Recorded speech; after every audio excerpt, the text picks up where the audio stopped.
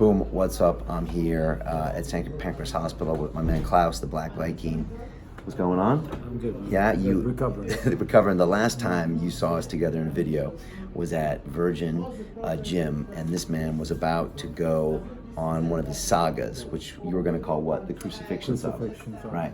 And this was about, I think I posted that video about 6 weeks ago, maybe, right? Yeah, about that. Yeah. And I met him because he was swinging a battle axe around in the gym, and you don't see that happen very much. So I was talking to him, started learning more about the Black Viking movement, and then Klaus went on this saga where it was a long day and a long night for you, right? 9 hours and 46 minutes. And you were carrying what on your back through London? A 60-kilogram railway sleeper. Okay. Yeah. And why were you doing that? Well, essentially to raise money for Legion grappling, but also to test myself, to struggle and grow from struggle. And so it ended up being almost 10 hours with this 60-kilogram sleeper and chains over your back, The with no chains, shirt. there was no chains. We actually initially put on the chains. Right. But the swing of them was Too much. Okay, so the chains came off. Chains came off. The guys had to help. No shirt on. How long was the walk? Barefoot. Yeah. How long was the walk? 9 hours, 46 minutes. Okay, and distance-wise? 7.2 miles. 7.2 miles. Okay, and it was epic. People were watching him on the streets. Yeah. It was crazy. Now, what happened in the process of this saga? I mean, it felt like a religious experience, you know. I mean, I said we got to embankment and there was a guy following us playing the bagpipes. And every time I would stop, he would stop playing the bagpipes. And you could hear a pin drop. Everyone was quiet, you know, and people recording. I mean, it felt, like I said, a religious experience. You know? But you were getting exhausted and your body was breaking down. I mean, basically, my feet were shredded, so it started bleeding from it pretty much an hour and a half in.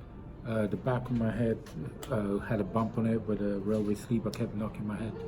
Back of my neck had massive lacerations from the railway sleeper resting on it.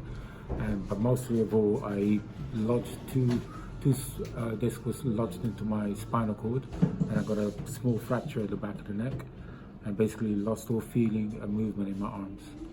So through this saga, which was you walking this crucifixion walk that you did to push yourself and to raise money for charity for your gym, your local wrestling gym, you pushed through 2 of your discs into your spinal cord, and you lost the feelings in your arms, right? I mean, my left one is coming back, right? But unfortunately I'm right-handed, and this one, although I can move it, I have no sensation and no elbow flexion.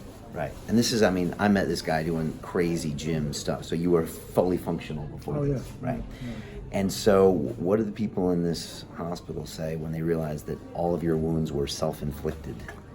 They can understand it. Everyone thinks I'm crazy, but I mean, they couldn't understand why. Even the doctor was like, I can't understand why you would inflict such pain onto yourself.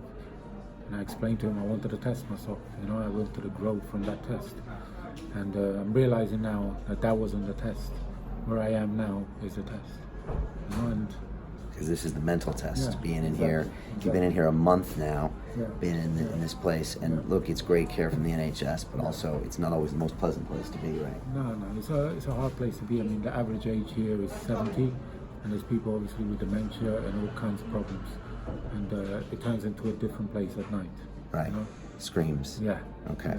Yeah. And so you might have been watching him posting his videos. He's doing all sorts of rehab. It looks like there's some great doctors here, and getting his feeling back in his fingers. And for you, this is part of the saga of the Black Vikings. It's this mentality that, from what I understand, life is about deaths and rebirths. Exactly. Right? And we need to constantly be pushing ourselves to these deaths and rebirths. I mean, you cannot, in order for you, there's so many people that want to change, and the easiest thing to change is to change your body. But to change your mind, the old you has to die, and you have to rebuild a new one on top of it. You cannot build on faulty foundations. So every little decision, everything it starts from the get-go, you know, and every little decision leads to a bigger decision. And well, I wanted to grow, I wanted to change as a person, and I couldn't do that just, you know, I had to kill the old me. Right. And in that pain be reborn.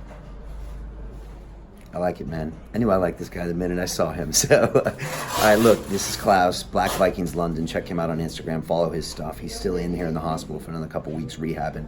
But you already got big plans in the future for Black Vikings. You're also going up to Scotland to go on your own out in the wilderness for many days. So even though this man's still rehabbing hands here and stuff, this is just the beginning of the journey. And yeah, hopefully you're going to be putting out something soon that tells more of your story.